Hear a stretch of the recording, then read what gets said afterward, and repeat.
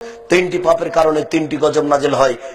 এক, এই যে সারেবুল খুমরা, যখন মানুষ নেশাদার দ্রব্য পান করবে, বিড়ি তামাক জর্দা সিগারেট গুল খাবে, তখনই এই বিপদ নেমে আসবে।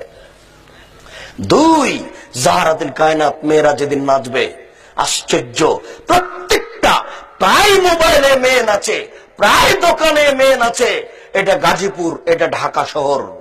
গ্রামে একটা বাড়ি আছে, 5 তলা, 30টা রুম আছে, প্রায় 30টা রুমে ল্যাংটা মেয়ে নাচে।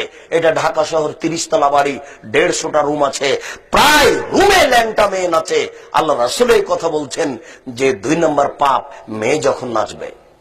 3, অজারাবুল মাজিব, যখন বাদ্যযন্ত্র প্রকাশ পাবে, প্রায় মোবাইলে বাদ্যযন্ত্র, প্রায় দোকানে বাদ্যযন্ত্র, প্রায় ঘরে বাদ্যযন্ত্র। আপনি অবাক হবেন।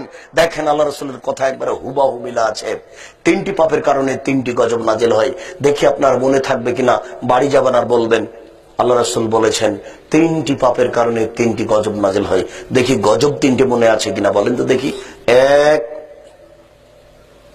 ভূমিকম্প।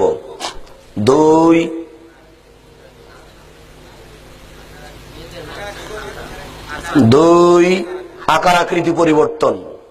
3, সর্বধরনের সমস্যা।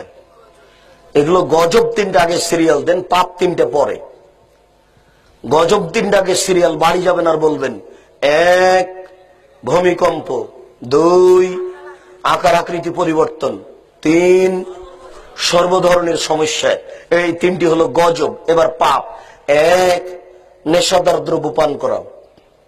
2, মেয়েদের নাচ গান।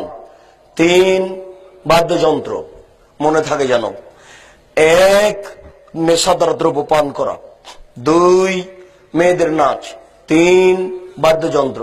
10 বছরের ছেলে রাস্তায় হাঁটছে, বাজছে তার কাছে কি না, তো MP3, ওইও জানে না, তার বাপও জানে না কি জিনিস, বাজনা চলছে।